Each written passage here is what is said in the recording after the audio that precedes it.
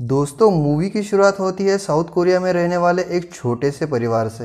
ये परिवार एक लोअर क्लास परिवार होने के कारण इन्हें कई सारी मुश्किलों का सामना करना पड़ता है। यहाँ पर इनके पास कोई भी जॉब नहीं होता। इस परिवार में 4 सदस्य होते हैं। साउथ कोरिया में ऐसे बहुत सारे परिवार हैं जिनके पास कोई जॉब नहीं। ये परिवार भी उन्हीं में से एक होता है। जॉब न होने के कारण इनके पास अब फोन का बिल या फिर बिजली का बिल भरने का भी पैसे नहीं होते। इनके पास सिर्फ एक ही जॉब होता है। जो पिज्जा डिलीवरी बॉय होते हैं उनके पिज्जा बॉक्स को ये फोल्ड करते हैं, लेकिन उन्हें ठीक से फोल्ड करना नहीं आता, इसीलिए उन्हें पिज्जा डिलीवरी वाले कम पैसा देते हैं। लेकिन इस परिवार में एक लड़का होता है जो काफी समझदार होता है, जिसका नाम होता है किंग वू। वो उन पिज्जा डिलीवरी वालों से जॉब की ऑफर करता है, लेकिन वो लोग उसे मना कर देते हैं क्योंकि उनके पास पहले से ही बहुत सारे लोग काम पे होते हैं। अब इसी परिवार में किंग वू के पिताजी, जिनका नाम किंग किटेक है, और वो किसी जमाने में एक ड्राइवर की नौकरी किया करते थे, लेकिन अब वो नौकरी भी उनके पास नहीं है। और अब किंग वू की माँ, जो कि एक हाउस वाइफ है, लेकिन वो भी किसी जमाने में एक एथलेटिक थी। किंग वू की एक बहन भी है जिसका नाम है किंग जुंग, लेकिन उसकी यूनिवर्सिटी की पढ़ाई पूरी होने के बाद भी उसके पास कोई जॉब नहीं होता। ये परिवार किसी बिल्डिंग के बेसमेंट में रहता है जहाँ पर ठीक से नेटवर्क भी नहीं आता है। अब इन लोगों के पास कुछ पिज्जा बॉक्स फोल्ड करने के भी कुछ पैसे मिल चुके थे, इसीलिए उस दिन नेटवर्क मिलने की खुशी में ये लोग एक छोटी सी पार्टी कर रहे होते हैं। तभी उनके सामने से एक आदमी जो काफ़ी पिया हुआ होता है वो आ जाता है और वहीं पे पेशाब करना शुरू कर देता है। वो ऐसी जगह पर पेशाब करता है जहाँ से ये लोग अपना रोज़ का गुजारा करते हैं, जहाँ तक उनकी सामने वाली खिड़की होती है। सारे लोग उसे देखने लगते हैं। तभी किंग जो काफ़ी गुस्से में आ जाता है। ये सब चल ही रहा होता है, तभी वहाँ पर किंग वू का एक दोस्त आ जाता है जिसका नाम होता है मिन। मिन उस पेशाब करने वाले आदमी को वहाँ से डराकर भगा देता है। अब मिन किंग वू के परिवार से मिलता है, जहाँ पर वो किंग वू के परिवार को एक तोहफा देता है। उस तोहफे में एक बड़ा सा पत्थर होता है जो कि एक प्लेट पर सजा गया होता है, और मिन के हिसाब से ये पत्थर घर में पैसा और सुख शांति लाता है। किंग वू का परिवार उस गिफ्ट को लेकर काफ़ी एक्साइटेड होता है। उन्हें लगता है कि उस बक्से में ज़रूर कोई खाने पीने की या फिर कोई कीमती चीज़ होगी, लेकिन उस पत्थर को देखकर वो काफ़ी शॉक हो जाते हैं और मिन का मन रखने के लिए वो उस पत्थर को एक्सेप्ट भी कर लेते हैं।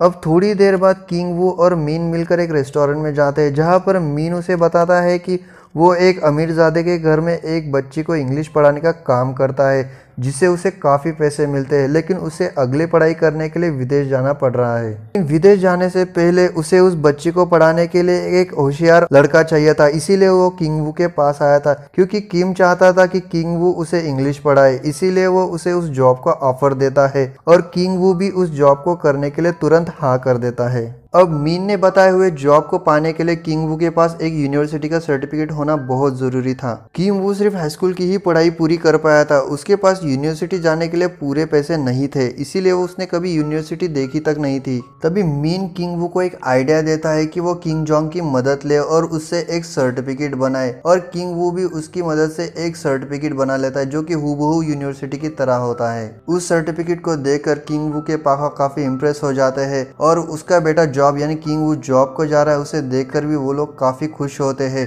तभी किंग वू उसके पापा को बताता है कि ये तो सिर्फ शुरुआत है, उसी यूनिवर्सिटी में दाखिला लूँगा और मैं अपनी यूनिवर्सिटी की पढ़ाई पूरी करूँगा। सिर्फ उसने वो सर्टिफिकेट पहले प्रिंट करा लिया है। ऐसा कहकर वो अपने जॉब की तरफ निकल जाता है। अब किंग वू वहीं पहुंच जाता है जहाँ पर मीन जॉब करता था। वो लोग काफ़ी अमीर होते हैं और उनका घर भी बहुत बड़ा होता है। किंग वू उस घर में इंटर करता है जहाँ पर उसकी मुलाकात एक नौकरानी से होती है जिसका नाम होता है मून। अब मून किंग वू की मुलाकात उस घर के मालकिन से करा देती है, जिस मालकिन का नाम होता है यून क्यू, और उसके 2 बेटे होते हैं जिसमें से एक लड़की होती है और एक लड़का होता है। अब कि वो उसके लड़की को पढ़ाने के लिए आया होता है, जो कि वो उसे इंग्लिश की ट्यूशन देना चाहता है। अब इसी के लिए किंग वू उस घर की मालकिन यॉन से बात करता है। तभी यॉन उसे बताती है कि जो टीचर वो ढूंढना चाहती है वो मीन के बराबर ही होना चाहिए। अब यॉन की बेटी का नाम होता है दहाई। दहाई को पढ़ाने के लिए ही किंग वू को बुलाया गया होता है, और आज किंग वू का पहला दिन होता है और वो दहाई को किस तरह से पढ़ाता है उसे वो देखना चाहती है। इसीलिए मिस यॉन उसके साथ ही बैठती है, और जैसे ही पढ़ाने लगता है उसे देखकर मिस यॉन और दहाई काफ़ी इम्प्रेस हो जाती है और उसे काम पर रख लेते हैं। अब दहाई का क्लास ख़त्म करने के बाद मिस यॉन उसके छोटे बेटे से मिलाती है जिसका नाम होता है दसोंग। दसोंग एक आदिवासी लोगों का फ़ैन होता है और वो काफ़ी उटपटांग हरकतें करता है। इसे देखकर वहाँ पर उसके लिए कोई भी टीचर वहाँ पर टिक नहीं पाता। इसीलिए मिस योंग उसे बताती है कि इसके लिए भी अगर कोई टीचर मिल जाए तो अच्छा हो जाता। ये बात सुनकर किंग वोंग तुरंत एक झूठी कहानी बना लेता है, जहाँ पर वो उसे बताता है कि एक ऐसी टीचर है जो ऐसे बच्चों को संभालती है और वो काफ़ी ज़्यादा फीस चार्ज करती है। किंग वू के परिवार को जॉब की सख्त ज़रूरत थी, इसीलिए वो अपनी बहन की जोंग को जॉब पर लगाने के लिए उसे एक झूठी कहानी सुनाने लगता है और मिस योंग उस पर यकीन कर लेती है और उसे कल मिलवाने के लिए कहती है। किंग वुंग मिस जोंग को अपनी बहन का नाम जेसिका बताता है, यहाँ तक कि उसकी आइडेंटिटी भी वो झूठी बताता है। और अगले ही दिन किंग वू अपनी बहन की जोंग को जेसिका बनाकर मिस योंग के सामने प्रेजेंट करता है। अब किंग वू जेसिका को मिस योंग से इंट्रोड्यूस कराता है। इसी वक्त दहाई भी उनकी बातें चुपकर सुन रही होती है और वो तुरंत अपने कमरे में भाग जाती है। अब मिस योंग जेसिका को ये बताती है कि वो भी दहाई की तरह द सॉन्ग को भी पढ़ाते हुए देखना चाहती है, लेकिन ऐसा करने से जेसिका मना कर देती है। जेसिका मिस योंग को ये बताती है कि उसके पढ़ाई का तरीका बिल्कुल ही अलग है, वो लोगों को अकेले में पढ़ाती है और उसे ज़्यादा डिस्टर्बेंस पसंद नहीं है। इस वजह से बच्चे बहुत जल्दी सीख जाते हैं और वो ऐसा कहकर मिस योंग को उस कमरे के बाहर ही रुकने के लिए कहती है। जैसे ही जेसिका उस द सॉन्ग को अकेले में पढ़ाने लगती, इस बात से मिस योंग काफ़ी परेशान हो जाती है और थोड़ी देर बाद जेसिका द सॉन्ग को बाहर ले आती है। जैसे ही मिस योंग उन दोनों को टेबल पर बैठे हुए देखती है, वो शॉक्ड हो जाती है। इस बार द सॉन्ग काफ़ी शांत हो चुका था और उसने एक पेंटिंग बनाई हुई होती है। उस पेंटिंग को देखकर जेसिका मिस योंग को कुछ बताना चाहती, इसीलिए वो अपनी नौकरानी मून को भी उस कमरे से बाहर जाने के लिए कहती है। इसी वक्त जेसिका उसे ये बताती है कि उस पेंटिंग में उसने एक डार्क साइड बनाई है जो कि बचपन की कोई निशानी है। तभी उसे एक किस्सा याद करने के लिए कहती है। ये किस्सा सुनाते हुए मिस योंग रोने लगती है। तब वो उसे बताती है कि बचपन में उसने एक भूत देखा था और उसकी वजह से वो काफ़ी डर गया था, इसीलिए वो अक्सर ऐसे इशारे करता रहता है। तभी वहाँ पर मिस्टर पार्क आ जाते हैं। मिस्टर पार्क और कोई नहीं बल्कि उस घर के मालिक होते हैं और वो मिस योंग के हस्बैंड होते हैं। मिस्टर पार्क जेसिका को घर छोड़ने के लिए अपनी गाड़ी भेज देते हैं, जहाँ पर जेसिका उस गाड़ी में बैठी हुई होती है और वो ड्राइवर उस पर नज़रें डाल रहा होता है। तभी जेसिका के दिमाग में एक आइडिया आता है और वो अपने अंडरगारमेंट निकाल कर उस गाड़ी में छोड़ देता है। ये उसकी एक चाल होती है और जेसिका एक स्टेशन पर उतर जाती है और अपने घर चले जाती है। अगली सुबह मिस्टर पार्क उस गाड़ी में से जा रहे होते हैं, तभी उसकी नज़र उस गारमेंट पे पड़ती है और वो उस गारमेंट को उठा लेते हैं। उन्हें पता चल जाता है कि ये किसी लेडीज़ का गारमेंट है। इसे देखकर वो मिस्टर पार्क उसके ड्राइवर पर शक करने लगता है और वो अपने घर आ जाता है। मिस्टर पार्क वो गारमेंट अपनी बीवी मिस योंग को बताता है और वो ये भी बताता है कि वो ड्राइवर जो मेरे पीठ पीछे किसी लड़की के साथ उस गाड़ी में अय्याशी करता है और वो सबूत भी उसने देख लिया है। अब वो लोग उस ड्राइवर को काम से निकालने का प्लान बनाना शुरू कर देते हैं। अब कल रात जेसिका को घर छोड़ने के लिए वही ड्राइवर भेजा गया था। इस बात से मिस योंग काफ़ी परेशान हो जाती है, इसीलिए वो जेसिका से डायरेक्ट बात करती है। मिस योंग की ये बातें सुनकर जेसिका भी तुरंत एक प्लान बना लेते हैं, जहाँ पर वो उसे ये बताती है कि वो भी किसी एक रिस्पॉन्सिबल पर्सन को जानती जो कि एक अच्छे ड्राइवर है और वो उसे अंकल कहकर बुलाती है। वो ड्राइवर और कोई नहीं बल्कि जेसिका ही अपने पापा को उस जॉब पर हायर करने के लिए ये कहानी बना रही होती है। अब जेसिका के प्लान के मुताबिक वो लोग अब उस पुराने ड्राइवर को निकाल देते हैं। अब जेसिका के यानी कीजोंग के पापा को यानी किम को वो लोग अब ड्राइवर की नौकरी पर रख लेते हैं। अब किम वू के परिवार के 3 सदस्य थे उस काम पर लग जाते हैं, लेकिन अभी भी एक औरत वहाँ पर मौजूद है जो कि किम वू की माँ होती है और उसे भी वो लोग अब उसी घर में काम पर लगाना चाहते हैं। लेकिन उसके सामने बहुत बड़ा कांटा होता है। वो कांटा और कोई नहीं बल्कि उस घर की मेड होती है जिसका नाम मून होता है। उस घर की मेड काम करने में काफ़ी माहिर थी और वो वहाँ पर कई सालों से रह रही थी। इसी वजह से उसे उस घर से बाहर निकालना उन लोगों के लिए काफ़ी मुश्किल हो रहा था। अब इसे बाहर निकालने के लिए किम वू एक प्लान बना रहा होता है। उसी प्लान के मुताबिक किम वू उसकी कमज़ोरी जानना चाहता है और आखिर में उसे उसकी कमज़ोरी का पता चल ही जाता है। उस घर की मेड मून को एक पीच नाम के फल से एलर्जी होती है, जिसके संपर्क में आने से उसे सर्दी और जुकाम होने लगते हैं। ये बात को किम नोटिस कर लेता है कि वो पीच फल ले आता है और उसकी स्किन पर से वो एक पाउडर निकाल लेता है और वो पाउडर वो जाकर मून पर छटक देता है। इस वजह से मून को सर्दी जुकाम शुरू हो जाते हैं और वो तुरंत हॉस्पिटल पहुंच जाती है। जैसे ही वो हॉस्पिटल पहुंच जाती है वो बातें कर रही होती है, तभी वहाँ पर किम पहुंच जाता है और उसके साथ एक सेल्फी ले लेता है। वो इस एलपी वो मिस योंग को बताता है। अब किम मिस योंग को ये बताता है कि इस घर की मेड मून को टीबी की बीमारी लग चुकी है और हमारे घर में छोटे बच्चे हैं, इसीलिए अब उसे काम पर रखना हमारे लिए खतरे से खाली नहीं है। ये बात सुनकर मिस योंग काफ़ी डर जाती है। अब उसे पूरा यकीन दिलाने के लिए ये लोग एक और प्लान करते हैं। जैसे ही किम और मिस योंग घर पर पहुंचते मौका देकर जेसिका मून पर पीच वाला पाउडर फेंक देती है। इस वजह से मून काफ़ी खांसने लगती है और वो टिश्यू पेपर अपने नाक पर रख लेती है और टिश्यू पेपर को बाद में डस्टबिन में फेंक देती है। और इसी बात का फ़ायदा उठाते हुए किम भी उस टिश्यू पेपर पर कोई टमाटो सॉस गिरा देता है, जैसे कि उस टिश्यू पेपर पर खून लगा हो, और वो टिश्यू पेपर डस्टबिन से निकालकर किम मिस योंग को दिखा देता है। इस वजह से मिस योंग को पूरा यकीन हो जाता है। अब इसी घर के किसी कोने में किम और मिस योंग डिस्कस करते हैं। तभी मिस योंग उसे बताती है कि मैं कोई भी बहाना करके उसे कल सुबह काम से निकाल दूंगी, और कल सुबह ही मिस योंग मून को काम से निकाल देती है। अब उस घर से मेड के चले जाने के कारण उन्हें काफ़ी प्रॉब्लम्स को फेस करना पड़ रहा था। इसी वजह से अब मिस्टर पार्क भी बाहर ही खाना खाना पसंद करने लगे थे। इसी बात का फ़ायदा उठाते हुए किम अब मिस्टर पार्क के हाथ में एक कार्ड दे देता है। हालांकि वो कार्ड एक नकली कार्ड होता है जिस पर और किसी का नहीं बल्कि किम जू का ही नंबर होता है। ये card mister park miss Yong के हाथ में दे देता है और मिस योंग उस कार्ड पर फ़ोन लगाती है। ये फ़ोन और किसी को नहीं बल्कि जेसिका को ही लगता है। अब उसी कॉल पर जेसिका उसे ये बताती है कि ये एक प्रोफेशनल हाउसमेड का प्रोवाइड करने का काम करती है। अब उसी कार्ड के थ्रू उसकी माँ चोंग सूक को भी उस घर में एंट्री मिल जाती है और वो भी एक होममेड का काम करना शुरू कर देती है। ये चारों अब उसी घर में काम करने लगते हैं।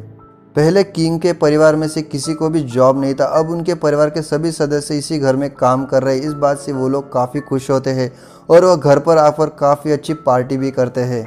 अब इसी पार्टी में ये लोग उसी पत्थर को देखते हुए कहते हैं कि ये पत्थर सच में सुख और शांति लाता है। अब वो लोग उस पत्थर पर यकीन करने लगते हैं जो कि मीन ने दिया हुआ होता है। अब कई दिन बीत जाते हैं, लेकिन एक दिन ऐसा आता है जहाँ पर मिस्टर पार्क और उसकी फैमिली डसोंग के कहने पर एक दूसरी जगह पर जा रहे होते हैं जहाँ पर वो एक कैंपेन करने वाले होते हैं। अब मिस्टर पार्क का पूरा परिवार कैंपेन के लिए निकल जाता है और इसी बात का फ़ायदा उठाते हुए वो सारे लोग अब उसी आलीशान घर में रहने को आ जाते हैं और कई दिन बड़ी आराम से उस घर में बिताते हैं। वो लोग सारी चीज़ों का आनंद उठाते हैं, यहाँ तक कि उनकी शराब भी पीने लगते हैं। ये लोग उस घर को अपना ही घर समझने लगते हैं। तभी वहाँ पर कीवू उन्हें ये बात बताता है कि वो मिस्टर पार्क की बेटी यानी कि दहाई से शादी करना चाहता है। जैसे ही वो अपना ग्रेजुएशन ख़त्म कर लेगा वो उसे ऑफिशियली प्रपोज करेगा। वो दोनों एक दूसरे से प्यार भी करते हैं। ये बातें सुनकर उनका परिवार काफ़ी खुश हो जाता है और उसी रात वहाँ पर काफ़ी ज़ोरों से बारिश भी शुरू हो जाती है और ये लोग अंदर बैठकर काफ़ी इंजॉय कर रहे होते हैं, काफ़ी ड्रिंक भी पी रहे होते हैं। तभी वहाँ पर डोरबेल बजती है। डोर की स्क्रीन पर मुंह से मून दिखाई देती है। मून बाहर से उससे बातें कर रही होती है। वो उसे काफ़ी रिक्वेस्ट करती कि वो उसे अंदर आने दे और फाइनली वहाँ पर सारे लोग चुप जाते हैं और मून से उस दरवाजे को खोल देती है और मून अंदर आ जाती है। मून अब उस घर में आ जाती है और वो उसे उस घर के ग्राउंड बेस में ले जाती है जहाँ पर उसे एक कमरा दिखाई देता है। उस कमरे में बहुत सारे सामान होता है और वहाँ पर एक आदमी भी होता है। वो आदमी और कोई नहीं बल्कि मून का ही हस्बैंड होता है। वो कई दिनों से भूखा होता है और मून उसे खाना खिलाती है। तभी उसी वक्त वो चुनसुक को बताती है कि वो कई दिनों से यहाँ पर बंद है। जब से ये घर बना था तब से वो यहाँ पर बंद है। हालांकि उस पर कई ज़्यादा कर्जा है और लोग उसकी तलाश में है, इसीलिए उसने उसे छुपा कर रखा है और वो उसे खाना भी यहीं से खिलाती थी। और मून उसके हस्बैंड को उसी तहखाने में रखने के लिए अब मुनसुक से रिक्वेस्ट कर रही होती है, लेकिन मुनसुक ऐसा करने से मना कर देती है। वो कहती है कि मैं पुलिस को कॉल करने वाली हूँ।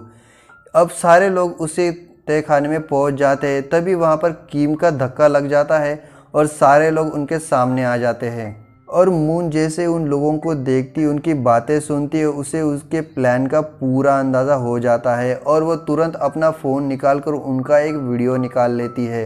अब मून उन्हें धमकी भी देती है कि वो वीडियो को मिस्टर पार्क को भेज देंगे और मिस्टर पार्क तुम्हें जल्द ही जेल में डाल देंगे। इस बात को लेकर किम और उसकी फैमिली डर जाती है।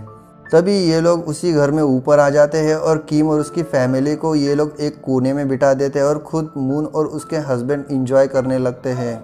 वो लोग कुछ देर तक रिलैक्स कर ही रहे होते, तभी मौका देकर किम और उसकी फैमिली उन पर हमला कर देती है और उनसे हाथ से वो मोबाइल छीन लेती है। तभी किंग योंग उस मोबाइल में से उस वीडियो को डिलीट करने लगता है। उसी वक्त एक फ़ोन बजता है। फ़ोन के बजने से सारे लोग अब शांत हो जाते हैं। अब फ़ोन को चुंग सुक उठाती है, तब फ़ोन पे दूसरी तरफ और कोई नहीं बल्कि मिस यान होती है और वो उसे बताते हैं कि हम लोग वापस आ रहे हैं और कुछ ही घंटे में वो लोग घर पर पहुंच जाएंगे। इसीलिए वो लोग अब फटाफट अपनी तैयारी कर वो सारे लोग सारे सामान को एक अपने जगह पर रखने लगते हैं। यहाँ पर मून को चुप कराने के लिए की जोंग ने उसके सर पर पीच डाले हुए होते हैं, इसीलिए उसे काफ़ी एलर्जी होती है और वो बेहोश भी हो जाती है। अब उन दोनों को वो लोग बेसमेंट वाले कमरे में ले जाकर बांध देते हैं।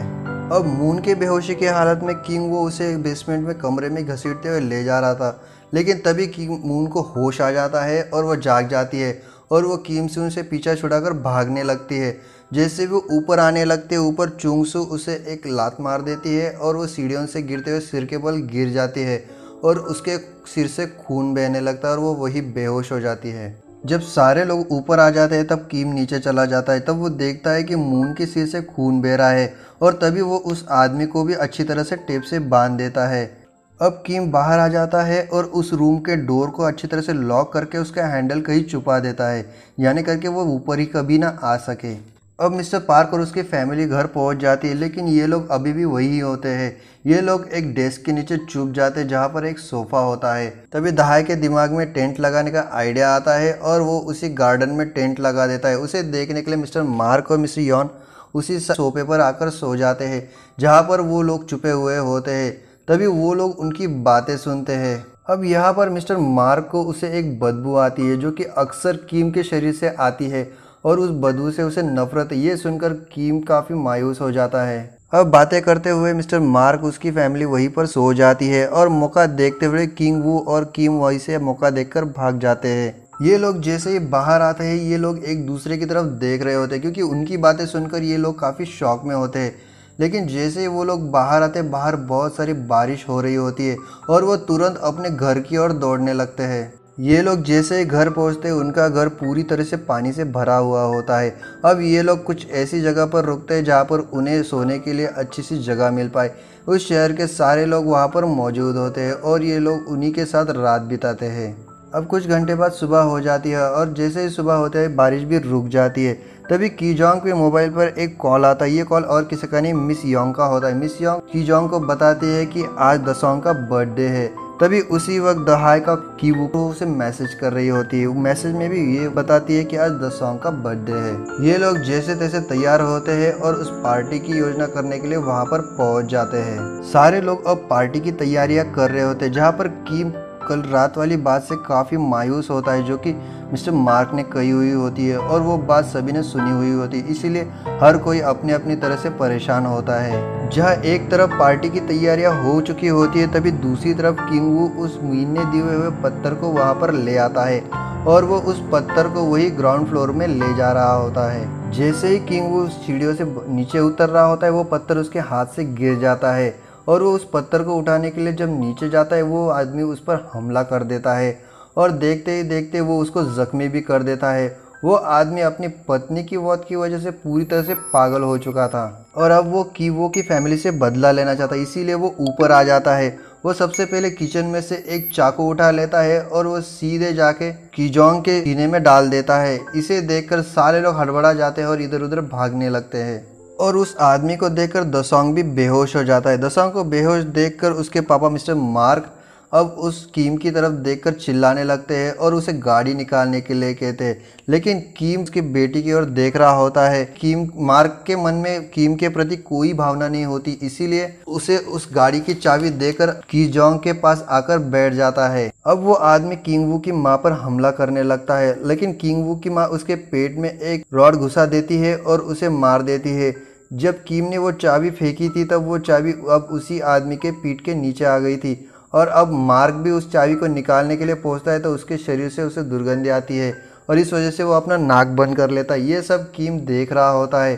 तभी कीम गुस्से में आ जाता है और कीम अब मार्क के सीने में उस चाकू को डाल देता है और उसी वक्त मार्क की भी मौत हो जाती है। ये सारे लोग देख रहे होते हैं और ये देखकर मिस यॉन भी बेहोश हो जाती है। अब कीम वहाँ से भागने लगता है। अब कई दिन बीत जाते हैं। अब कई दिनों बाद किम वू को होश आता है।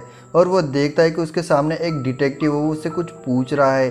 तभी किम को सब कुछ याद रहता है, लेकिन वो ऐसे एक्टिंग करता है कि उसे कुछ भी याद नहीं और ज़ोरों से हंसने लगता है। इसे देखकर वो डॉक्टर समझ जाता है कि इसकी दिमागी हालत ठीक नहीं है और इसकी याददाश्त भी चली गई। इसी बेस पर वो लोग उसे छोड़ देते हैं। अब उसकी दिमागी हालत ठीक नहीं है, इसीलिए उसे अनफिट करार देकर कोर्ट भी उसे घर छोड़ देती है। अब कई दिनों तक किम जू घर पे ही रहता है और वो उसके डिटेक्टिव उसका पीछा करते रहते हैं। कुछ सालों बाद डिटेक्टिव उसका पीछा करना छोड़ देते हैं और अब एक दिन आता है जब किम वू उस घर की तरफ बढ़ने लगता है। उस घर में अब दूसरी फैमिली रहने को आ गई है, लेकिन वहाँ पर एक लाइट हो जाए जो अक्सर चमकता रहता है और उसमें कुछ मैसेज छुपा हुआ होता है। उस मैसेज को किम वू रीड करता है और उस पर घर जाकर स्टडी करता है। तब उसे उसमें एक मैसेज दिखता है।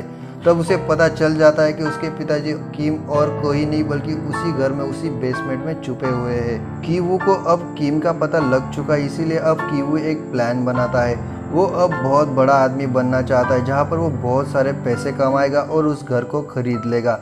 उस घर को खरीदने के बाद वो अपने पापा यानी कि किम को ऊपर आने देगा और उनके साथ शांति से रहेगा। अब इसके बाद किम वू जो मीन ने दिया हुआ पत्थर होता है उसे किसी नदी के किनारे पानी में रख देता है और इसी के साथ साथ ये मूवी भी खत्म हो जाती है। दोस्तों, पैरासाइट ये मूवी 2019 में रिलीज की गई थी। इस मूवी को IMDb रेटिंग मिले है 8.6 आउट ऑफ 10। इस मूवी के डायरेक्टर है बॉन्ग जॉन-हो। दोस्तों, ये मूवी कई सारे रिकॉर्ड तोड़ चुकी है और कई सारे अवार्ड्स भी अपने नाम कर चुकी है। दोस्तों, ये मूवी को 2019 की best movie of the year का अवार्ड भी मिल चुका है।